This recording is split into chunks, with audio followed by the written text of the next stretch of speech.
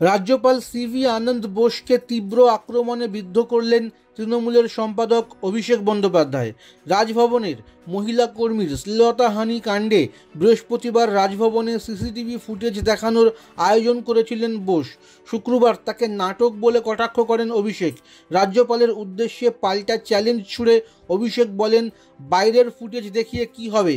ক্ষমতা থাকলে রাজ্যপাল তার করিডর চেম্বারের ভিডিও ফুটেজ প্রকাশ্যে আনুন। অভিষেক মনে করেন সিভি আনন্দ বোসের বিরুদ্ধে রাজ্য সরকারের সুপ্রিম কোর্টে যাওয়া উচিত।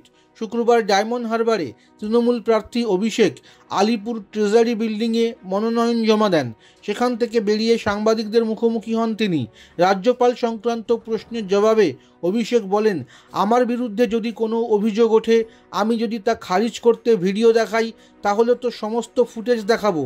চেম্বার, সিঁড়ি, করিডর সব জায়গার ভিডিও দেখানোর কথা, কিন্তু রাজ্যপাল শুধু বাইরের ভিডিও প্রকাশ্যে এনেছেন।